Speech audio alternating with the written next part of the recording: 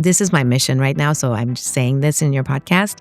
My mission in life now has become for people to recognize what is the essence of health and well-being.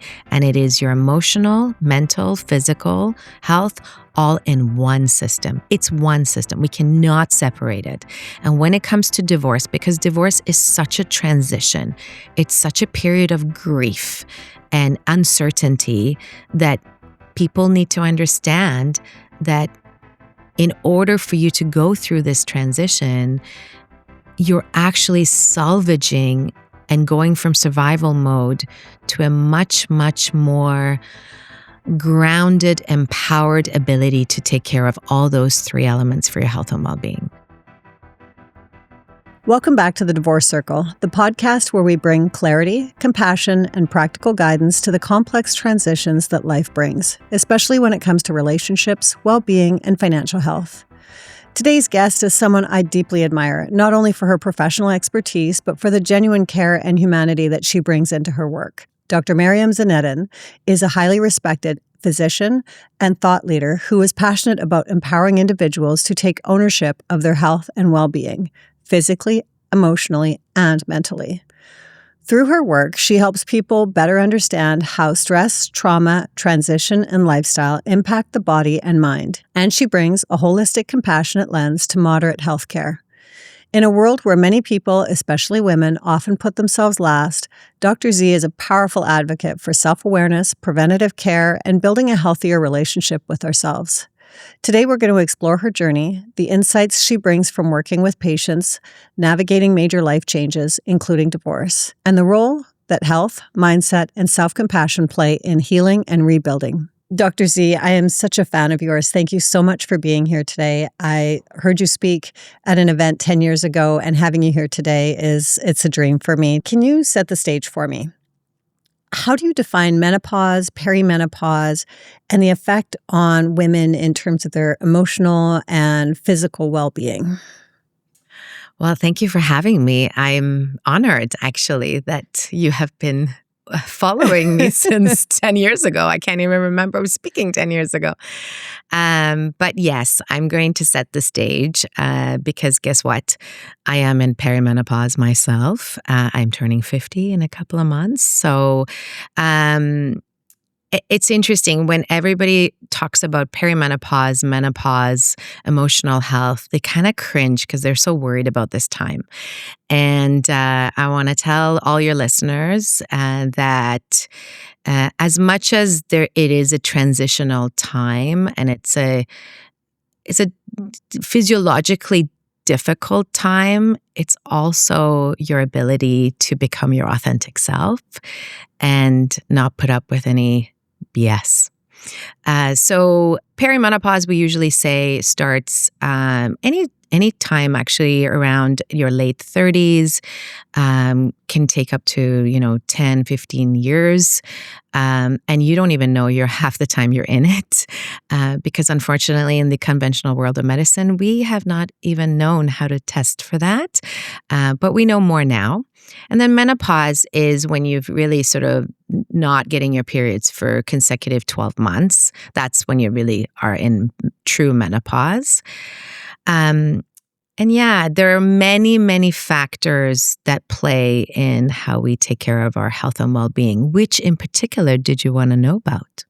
I would say we're seeing a lot of gray divorce now. Mm-hmm. And I would like to know how is perimenopause, menopause, is that a factor in what we're seeing with gray divorce where women are just I'm done? Or there's physical and emotional changes that come with that? Right. Does that lead to gray divorce? Or what is the effect of women who are being left in their relationships at that stage?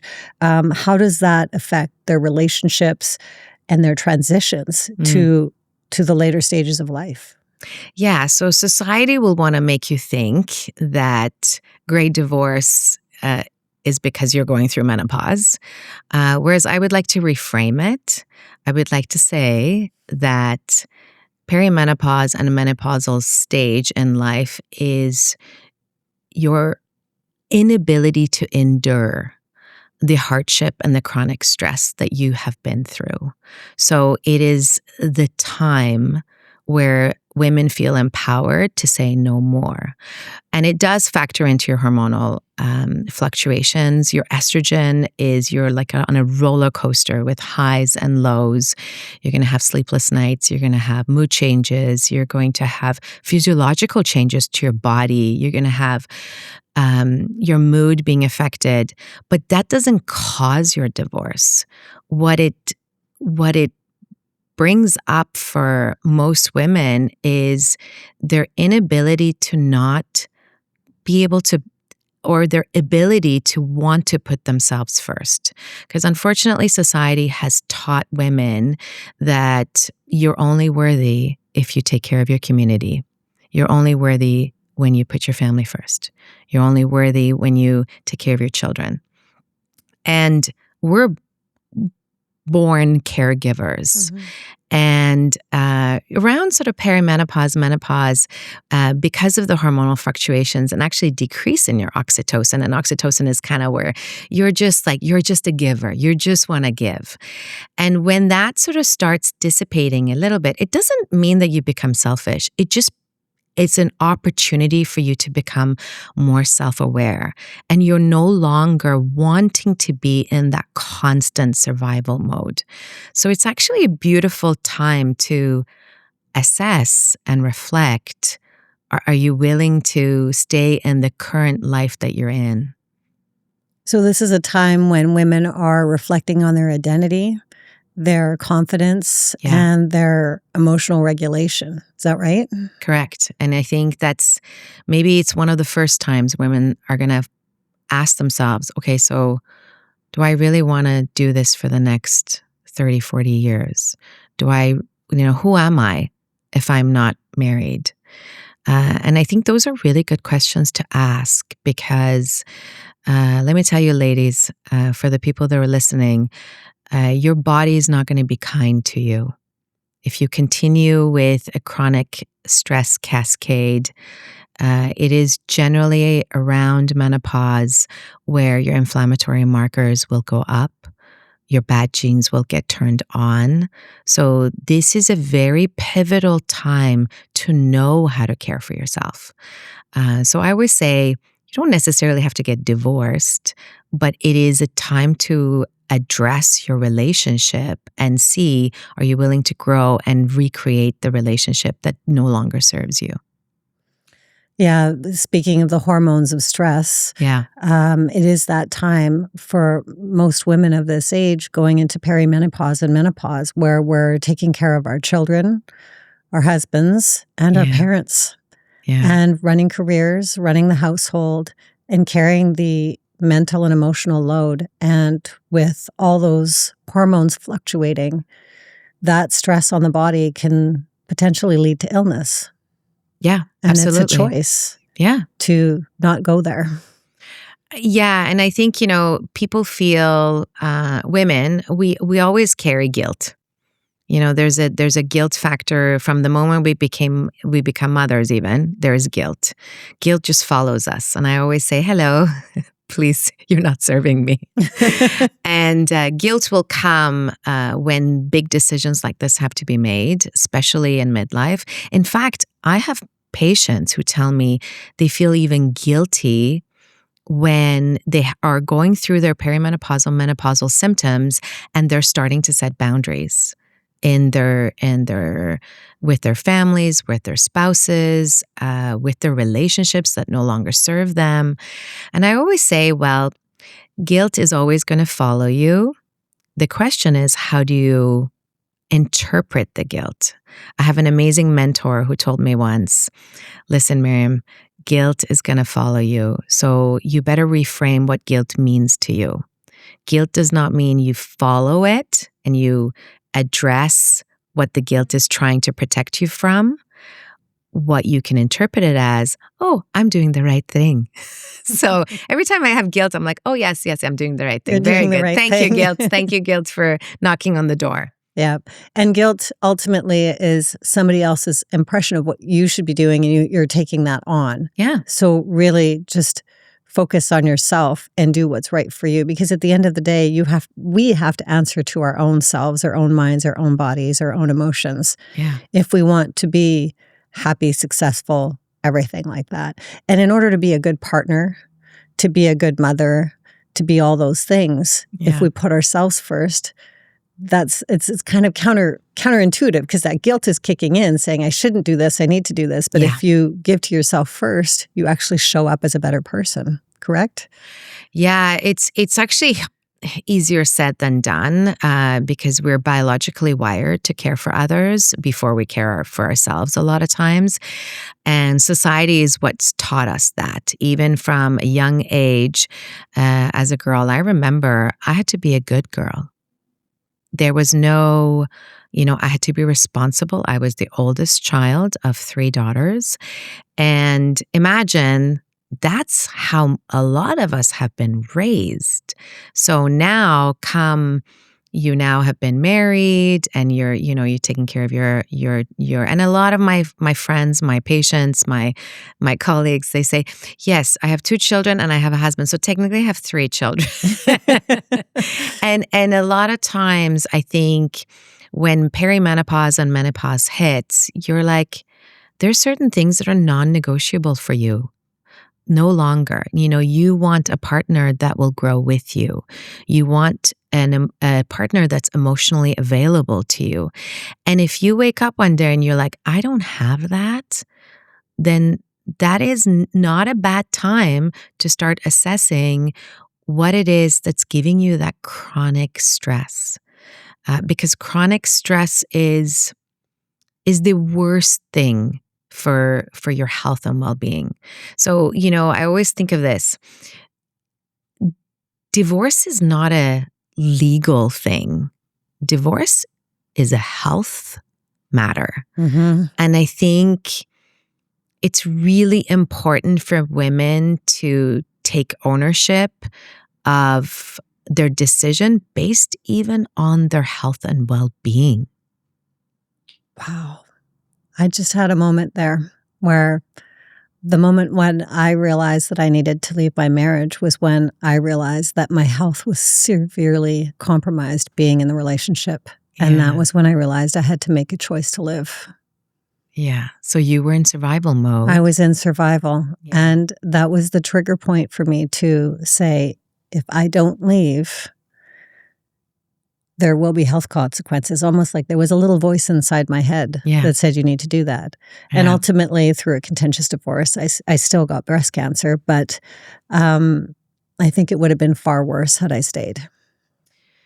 Yeah. And you can't look at everything, everything in hindsight is 20/20. Yeah. But I think, especially from your story and what you've been through and other women have been through, you want to empower others to not wait until something drastic happens to your health. Yeah. I have patients that now have anxiety, they have depression, they have fibromyalgia, they are getting cancer, and they actually come and tell me, well, I exercise and I have a good diet.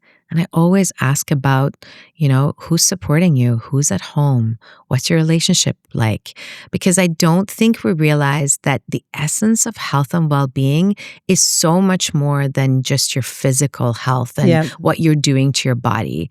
The emotional and mental component of it is as important, if not I say usually, this is kind of this is my mission right now. So I'm just saying this in your podcast.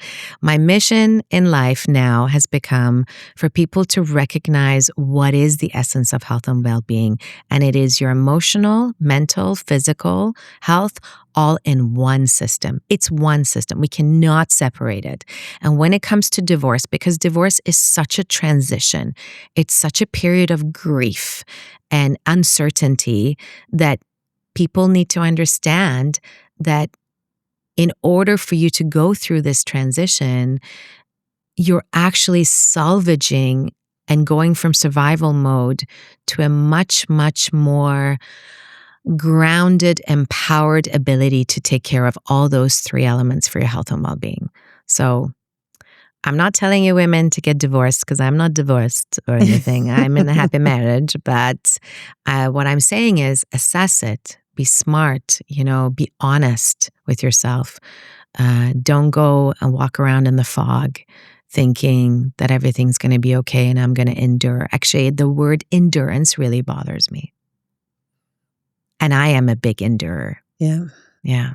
I think that in the past, we've seen menopause as an end. Yeah. And I think that now that stress is such a large factor in our lives, that stress leading to change with menopause, we're changing so much physically, emotional, that we can maybe reframe that into a stage of creation.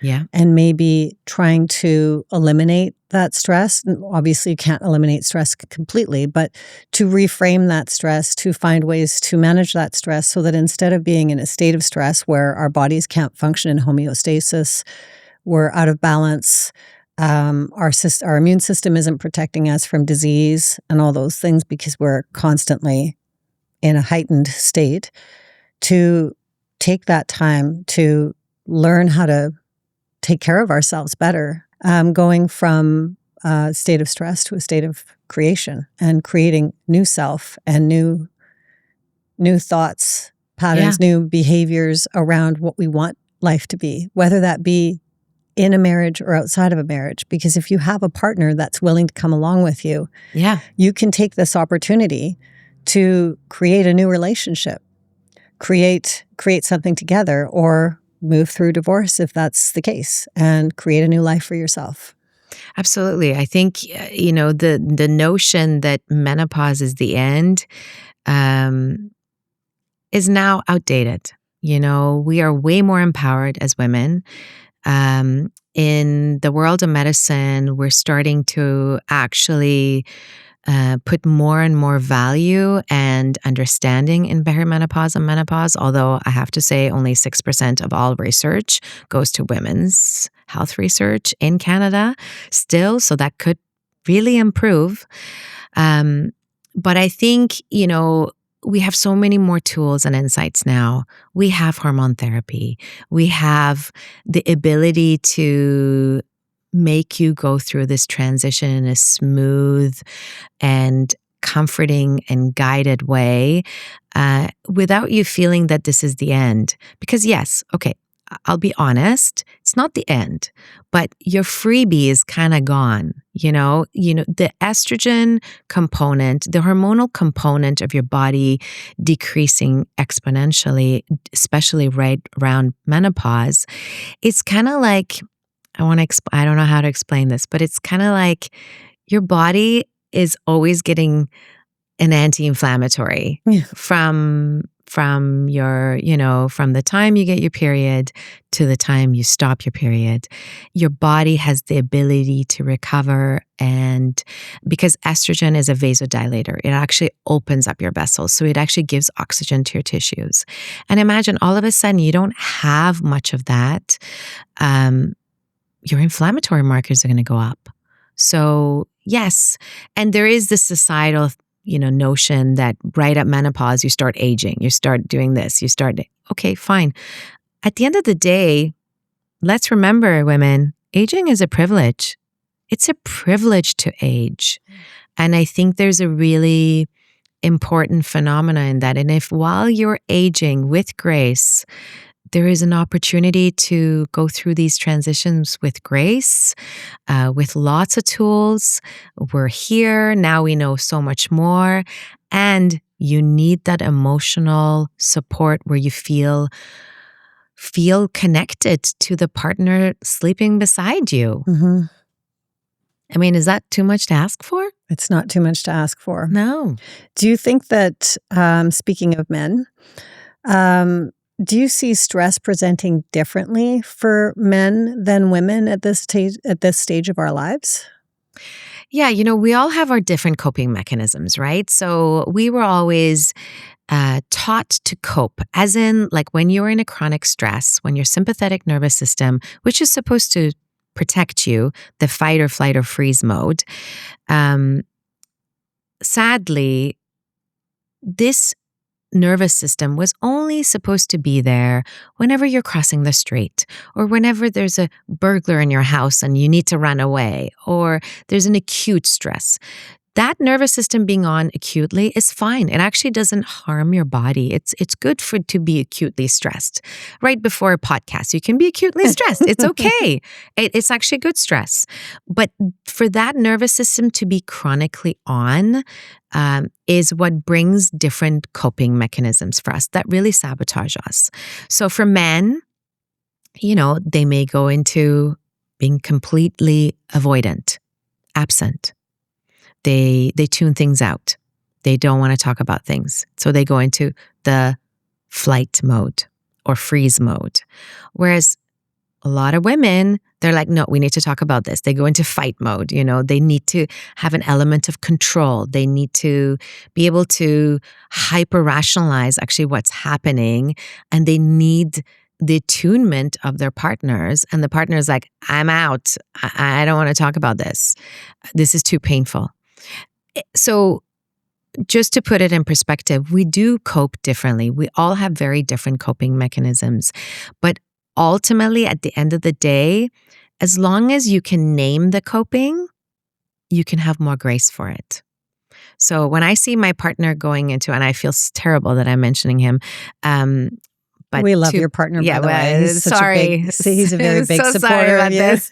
But, his main coping mechanism is to become an avoider. Mm-hmm. And my main coping mechanism is to become the controller and to understand what's happening. And imagine a controller and an avoider in a very sort of stressful situation is probably the polar opposites when it comes to conflict resolution. But since we've realized all these coping mechanisms about ourselves, we can name it. I can say, oh, my controller is coming out. And the minute I say that, I can tame it. Mm-hmm. And the minute he says, oh, my avoider is coming out, just give me a few minutes just to calm down and I will come back to you. That is called growth. That is called the ability to grow together, regardless of our individualized traumas from childhood, from past relationships. Because there's another thing I want to say in this podcast, and I think it's really important for women or anybody going through divorce. It's the thing of emotion. So an emotion is a physiological response your body has before your mind and your cognitive ability even picks up. So let's say you go into a meeting and you're like, I'm just starting to get restless. Like you feel your body your face getting flushed, your shoulders are getting tight. That's actually your body talking before your mind even knows that your boundaries are being crossed or your values are being crossed. That's an emotion. But every time an emotion gets instilled in you, emotions have memory. It's information. So whenever you're going through a feud with your partner, you're going through a huge divorce settlement, a difficult, contentious divorce, remember that betrayal, that shame, that guilt, all has memory from the past as well. So you're not just carrying the story of the divorce. You're carrying every other time you've been betrayed, every other time you have not been acknowledged. So I want your listeners to have grace for themselves whenever they get triggered, especially because divorce is a very triggering time. There's injustice involved, there's betrayal, there's grief and sadness. So every time you're going through any transition that brings any of those emotions, remember, other memories are going to get triggered. So your emotions are a memory of the past. Yes. So when you're not in the relationship anymore, you're in your new home, but you're hearing from your ex. Yeah. If you get that text, get that email. Yeah. Your emotions are going to be triggered as if you're in the event. Yeah. Your body doesn't know the difference of whether it's the current tense or whether it's 5 years ago, 10 years ago, 2 months ago, whatever it was that triggered that emotion to begin with. Yeah. And tying this in with perimenopause and menopause, this is the time where your emotions are heightened, your mood fluctuates because your progesterone is decreasing, and your perimenopause, oh gosh, your estrogen is fluctuating like you're in a roller coaster as well. But all your hormones are declining. And the ability to emotionally regulate yourself becomes more difficult because you just don't have the means physiologically from these hormones, these hormonal imbalances that you're to do that. So I say, actually, this is the perfect segue during perimenopause and menopause to really honor your emotions.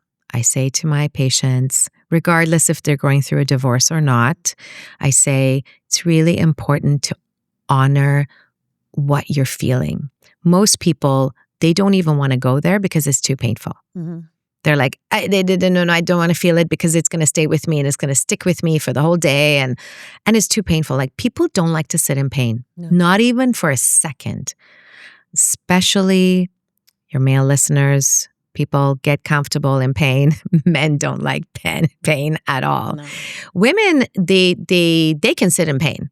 They can sit in pain, and they can almost marinate in pain, because we can endure pain.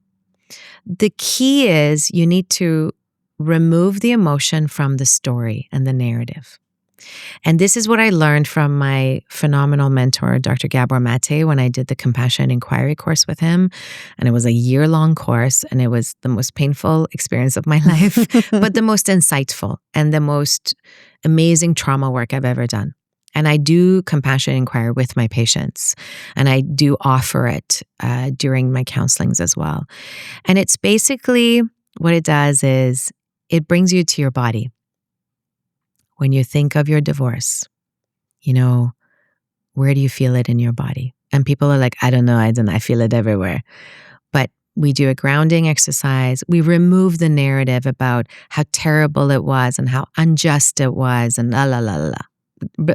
Delete, remove it. We acknowledge it, but we don't take the narrative. We go straight into the body. So if you, let's say, were to think about your divorce, where would you feel it in your body? Where would you feel it? In my gut. In your gut. Actually, maybe even lower. Even lower. Okay. Yeah. And if you were to attach an emotion to that feeling in your body, what emotion would that be? It would be fear, lack of safety. Yeah. Yeah. I think lack of safety is probably the biggest one. Yeah. So a lot and that still exists. This just doesn't go away. Yeah. And so what we would do would be, we would honor that fear and honor that feeling, and we would let it get as big as it wants to get. And we would just sit with it, and we would ask what it says to us. And if you were to ask what it says to you, what does it say to you?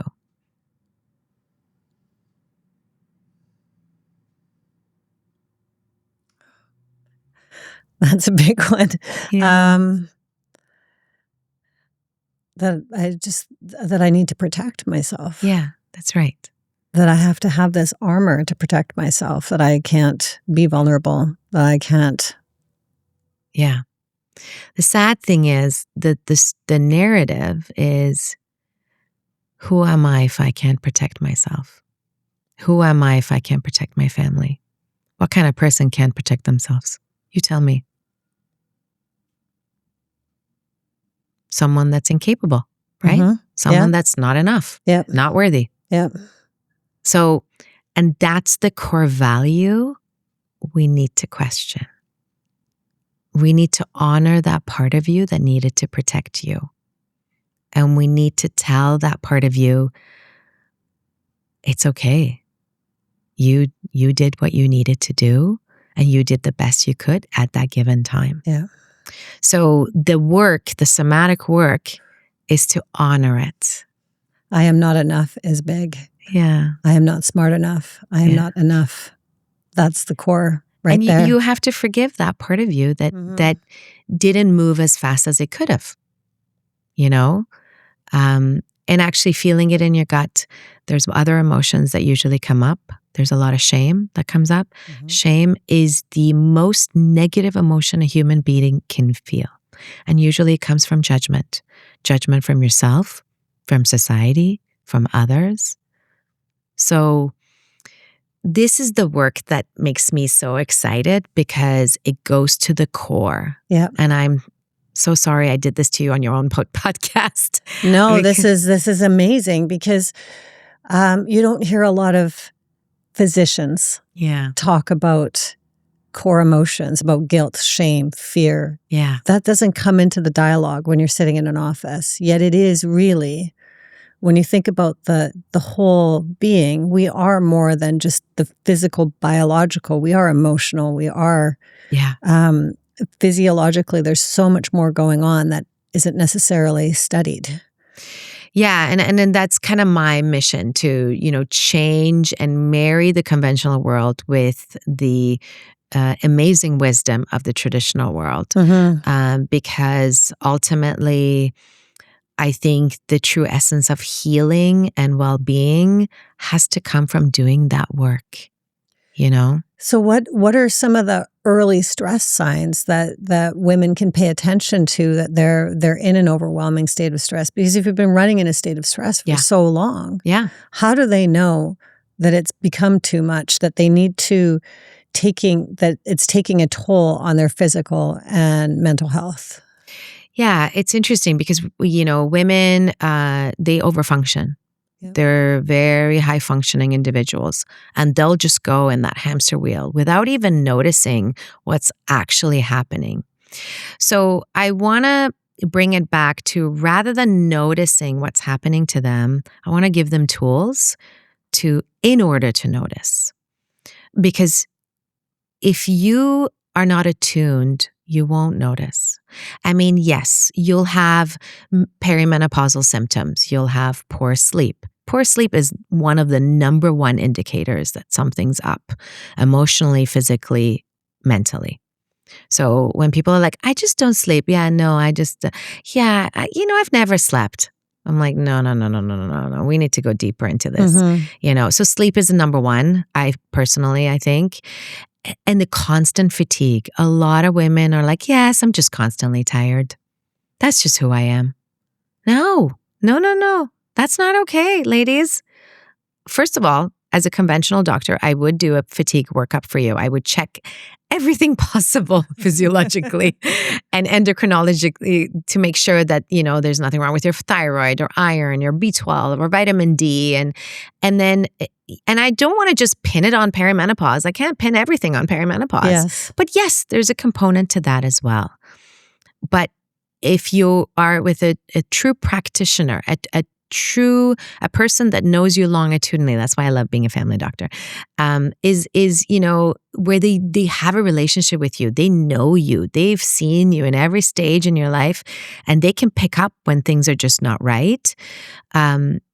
So really question your exhaustion, question your lack of sleep, question your motivation and how you're starting to isolate yourself, how you don't want to even be in an environment that's too loud.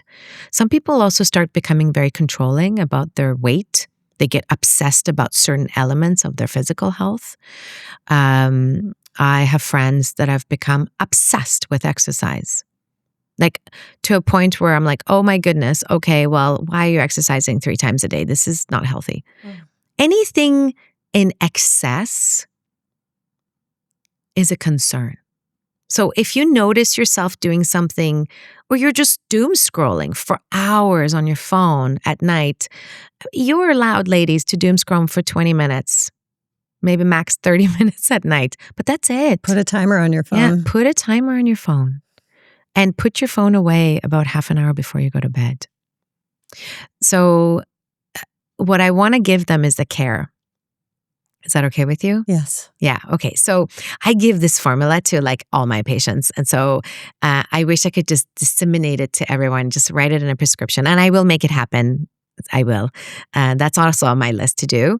And it was this thing I just came up with like 10 years ago because there wasn't enough. Like, I was like, what am I band-aiding in medicine all the time? I'm like, what's wrong with you? Okay, here, do you want an antidepressant? I'm like, I just hate that. And I have nothing against antidepressants. I have taken antidepressant myself, so Yes. I'm not against it.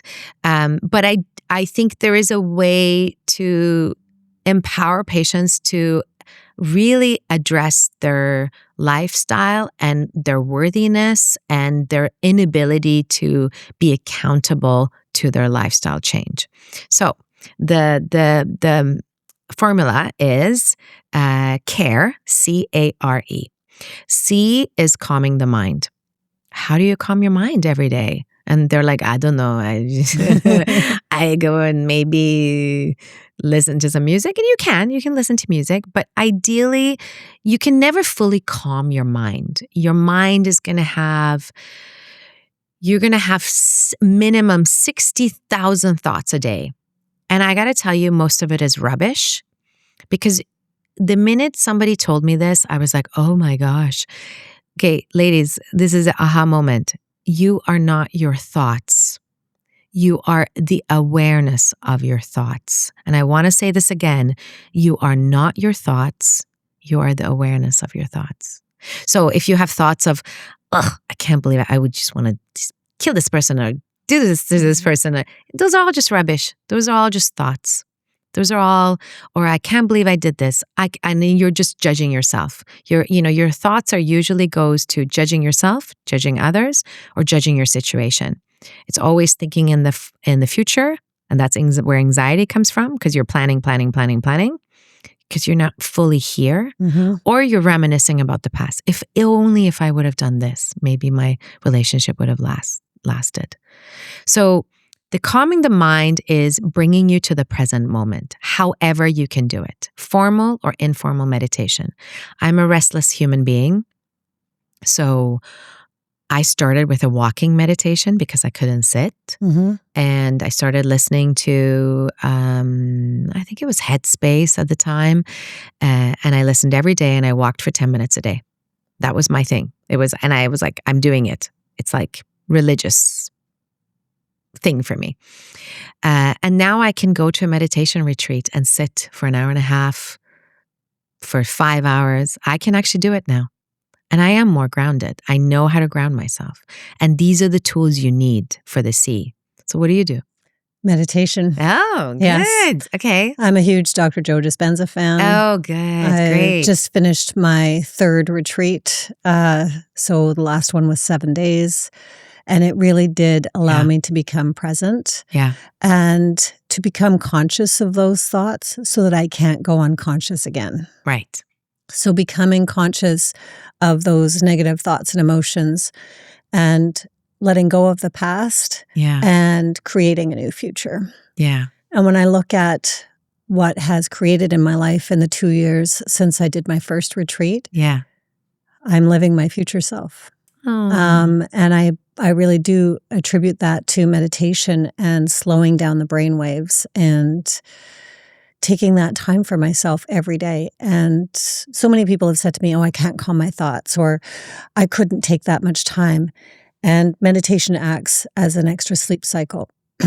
And especially according to my ring, which tracks my sleep, it thinks I'm still sleeping, even though I'm awake during the meditation. Yeah. And it has taught me to control my thoughts because I thank them, I let them go. And I started with short meditations, and now I can go an hour and a half. I can go 5 hours. I can do a 7-day retreat and feel like I want more. Yeah. Yeah. You notice it. It's incredible how much it's changed even how I show up for myself and for my family. For my kids have noticed a massive difference in me. And it's not that I was not an awful person before. I've always been a positive-minded person, but they see how calm I am and my choices and how I show up in a different way. And it's been... Yeah. I noticed that I'm just much kinder to myself. So if I go into this coping, when that controller comes in, or if I lose my temper, or if I go into fear mode, I come out of it much faster. And I have much more grace for myself. So, and I'm much more authentic with who I am. I am an imperfect self. And I think that's what we all need. We need to humanize ourselves. We're not supposed to be overfunctioning. We're not supposed to be doing things right and holding things together. Just giving yourself the permission to have that time for yourself and allow your thoughts to just go like clouds without attaching an identity to every thought. I think when I realized I'm not my thoughts, I was like, oh my God, thank goodness, I'm actually a nicer person then. Because I usually have some very dark thoughts about some politicians in the world right now. And then I'm like, no, I'm a good person. Yeah. Right? So those are just thoughts. Yes. And I think just practicing the C every day, you don't have to go to a retreat. You don't have to spend an hour meditating. Start with 5 minutes of walking meditation. Start with listening and just lying in bed for 5 minutes. I started 3 minutes, then I went to 5, then I went to 10. Now it's part of my routine. I can even ground myself in between patients. I can say, what are the 5 things I see? What are the 4 things I feel in my body? What are the 3 things I can hear? What are the 2 things I can smell? What is the 1 thing I can taste in my mouth? That's your senses, people. Yeah. That's easy. I just taught that actually at UBC last night. Oh, did you? Yeah. I went to UBC I was like part of this UBC Red Cross Club. And they were all like, wow. And it was great. It was really, really good. And then the A is obviously activating your body and having grace for yourself, especially going through perimenopause, menopause, through big divorce. You don't have to do crazy workouts.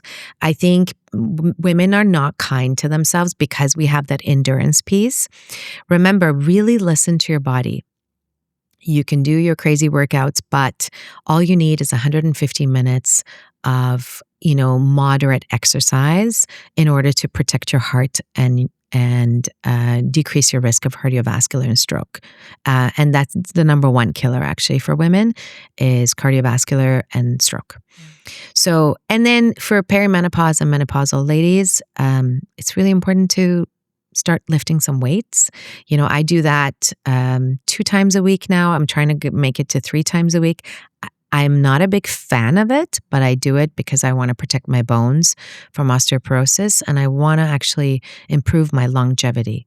Longevity means you can move and you're strong enough to hold your balance. And that you can lift. Yeah, and that you can lift. Yeah. So that's the A. And then the R is actually reinforcing your body. So knowing what your routine is like before you go to bed, knowing what vitamins work for you. I'm not a big supplement person, but I highly recommend vitamin D3, B12 if you're deficient. You can take magnesium if you're having a hard time sleeping and it controls things for you. You can take omega-3, but you don't have to go crazy. You don't have to go crazy with supplements.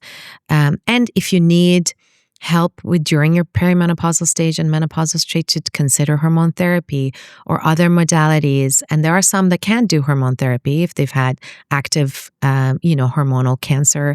It's actually very few that can take hormonal therapy. Even I have a patient who's just recently had a heart attack.